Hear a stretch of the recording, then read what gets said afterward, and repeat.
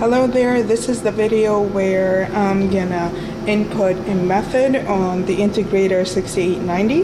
There is gonna be a second video where I'm gonna create the sequence and link that sequence with the method that I'm gonna be creating right now. I'm gonna give a closer look on the keyboard itself, just to give you an idea of what to expect. So on the first button right there, there's list. So list, but the yellow command right there, it's prep. So here where we're gonna prep the method, which is create the method, and you have edit, store, load, sequence, method, calibration, and etc. So for you to access the yellow command right there, we need to press shift. So shift list is actually prep. So when I say edit method, it's shift delete. That's how we say edit, but then shift method. So the first step of creating a method is to prep the method. This is done by shift list, which give you the prep command. Prep method. They're asking about 0. The 0 is at 10. That's just the standard that I've been using and it's been working for me. Attenuation is 1. Chart speed is 1. Area reject is 200. Threshold is 0. And peak width is 0.004. So 0.04.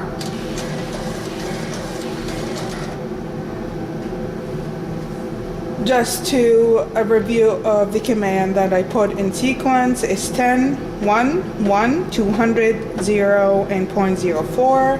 Now I'm putting the timetable event. So at time 0, enter, I'm gonna have event is ZE. So time 0, the event is ZE. The value is 10.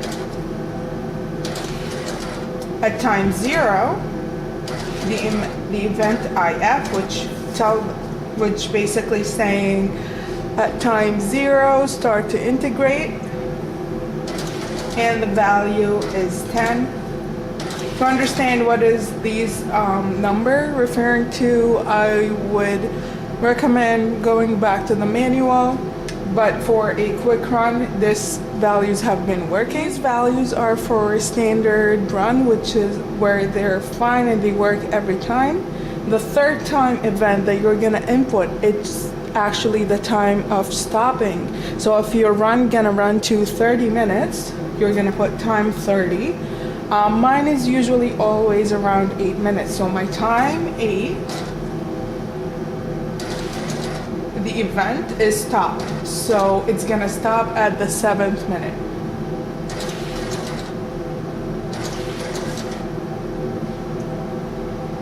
After that, they're gonna ask you about a calibration file. As of right now, I don't have one, so I'm gonna put, just to give you an idea how the commands that I input looks on the paper. So random parameter is 0 at 10, attenuation. So I'm reading attenuation and the value is 1. So if you remember, the sequence was 10, 1, 1, 200, 0, and 0.04. Then this is how the time event looks on the paper. Select the event. So at time 0, you're zeroing the value of a 10. 0, you're integrating in the value of 10. At time 8, this is at time 8, you're stopping. After that, they're asking about a calibration file.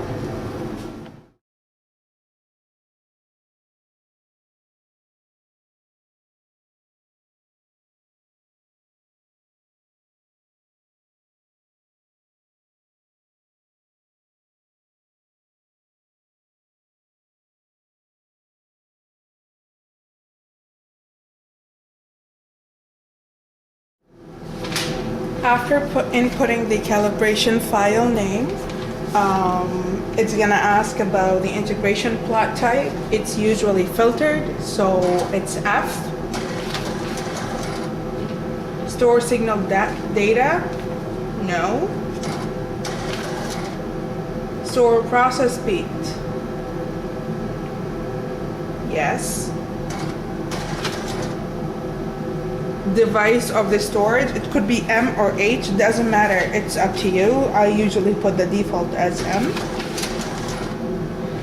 Report option, now we're inputting the method for report option. Suppress local report, it's up to you, doesn't matter. No. Height percent report, so after the run you want it to report in percent area or percent height. I don't like percent height, so I usually say no. Replace report title, no we don't. Replace amount label,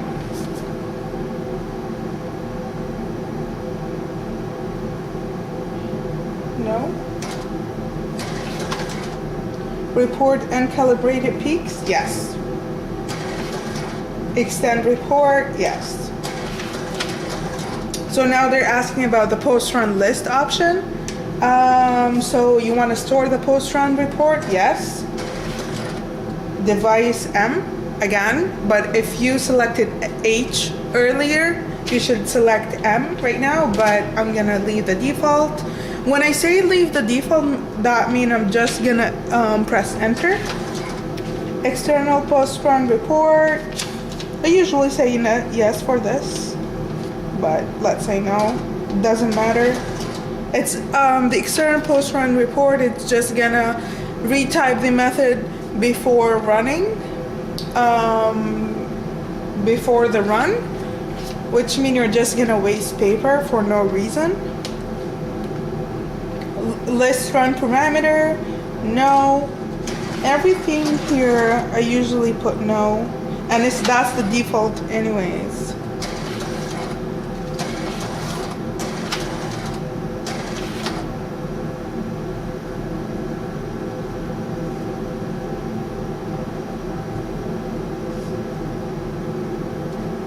So now after that you go to store, didn't store, shift 0, which is command store, store method, and you name it, let's say wine. We're gonna run wine, so I'm gonna name it wine.